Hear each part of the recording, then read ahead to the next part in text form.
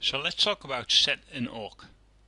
You are probably not going to like sed and awk if you've never worked with them before. And the reason is that in the very old days of Unix, that is back in the 1970s, processing text files was very important. We didn't have nice monitors in that time. In most times there was just a printer connected to a computer. So you were working as an administrator kind in the blind. And if you're working without seeing anything, it is important to have the appropriate utility to get the right information out of a file. And that is kind of the time that sed and awk were invented to do powerful command line, file processing. Nowadays we don't need it anymore. There are people that are still using it, but there are also very good Linux administrators that don't use sed and awk at all. So let me do some examples. Let me do sed first. So sed to q on /etc passwd.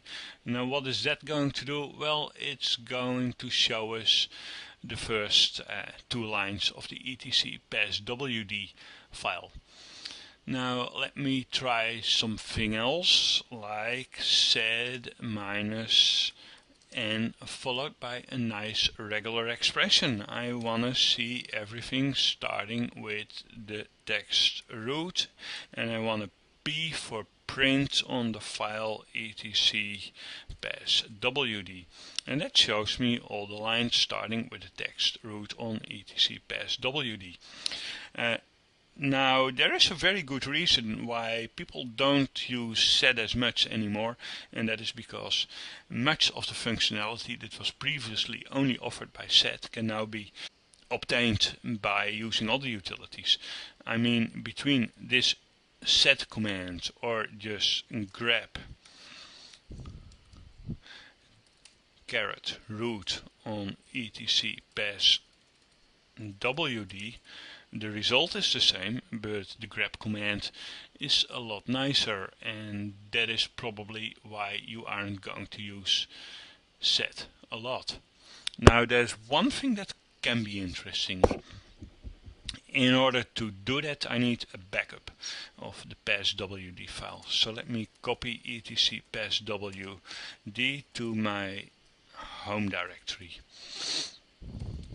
So I'm in my home directory and I've got my passwd file. Let me show the contents of passwd, and we can see that there's a user with the name Linda.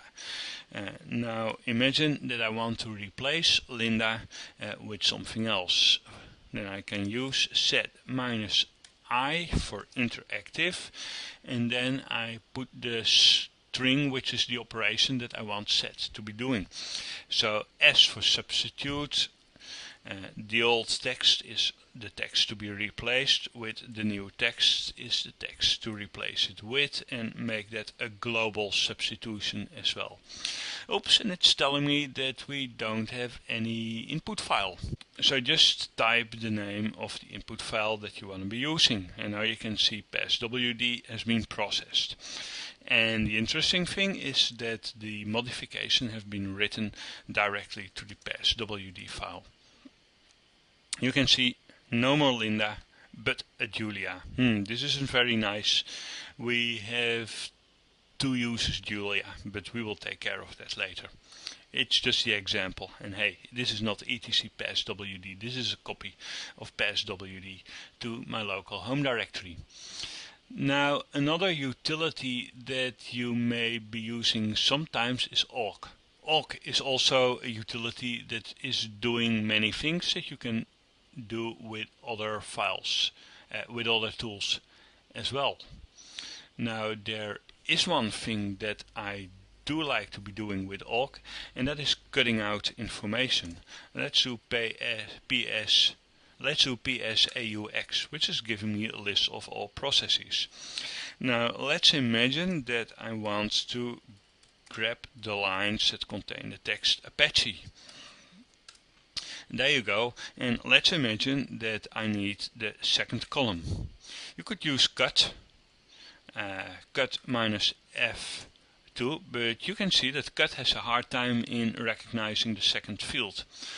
Awk is a lot more precise. So if I do awk and then the awk command print $2,